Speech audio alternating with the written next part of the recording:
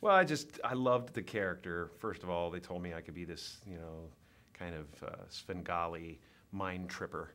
And I went, well, that's good.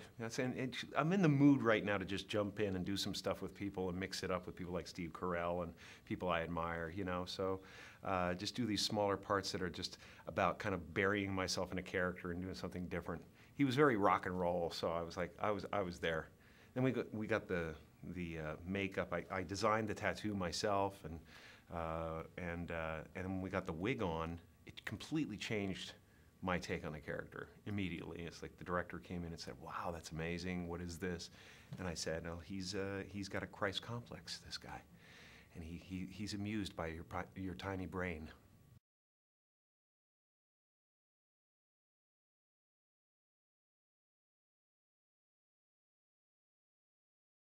Fantastic. He's a great guy, and I think he's one of the great comic actors ever. So, you know, I really, any chance I get to jump in is really fun. And he's just a super guy.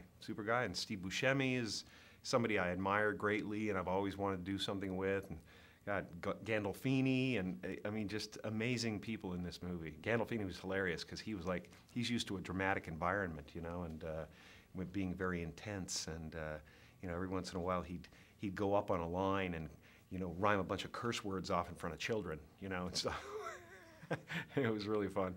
But then there's Alan Arkin, you know, who I'm just such an absolute fan of. I mean, I just have such respect for him. So it's all good, you know. It's just a fun group.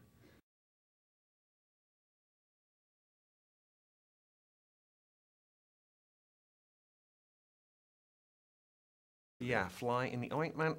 Yeah, definitely. He's the edge, you know, and the not necessarily a good edge, you know, a very hard edge. And I wanted to take kind of Chris Angel and David Blaine and just what's the next step? You know, what would the next step be? Kind of the way the world is going, what would it be? And I you know, figured this is it. You know, a guy mutilating himself for your enjoyment.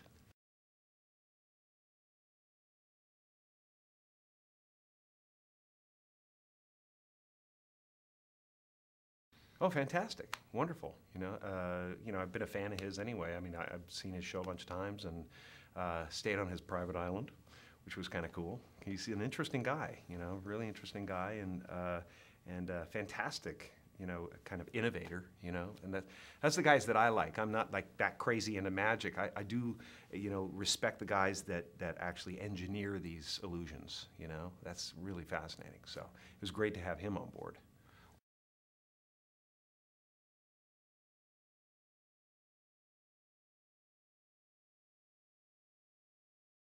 No, no, not at all.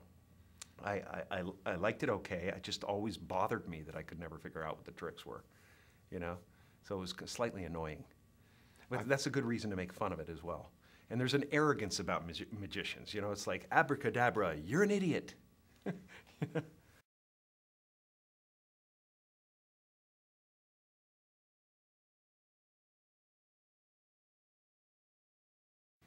Well, Las Vegas is a character, for sure. I mean, you feel like you're being sucked into a giant being of some sort. It's definitely got its own vibe completely when you're here. And I love it.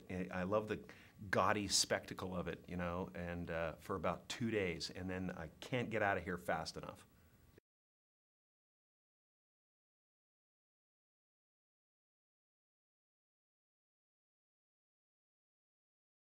Oh, I think he's hilarious, Don, and I thought he was you know, he's a good technician, and he was great with actors and people, and you know, he's just a good director all around. I think he's, you know, he certainly knows what's funny, working on 30 Rock for so long and stuff.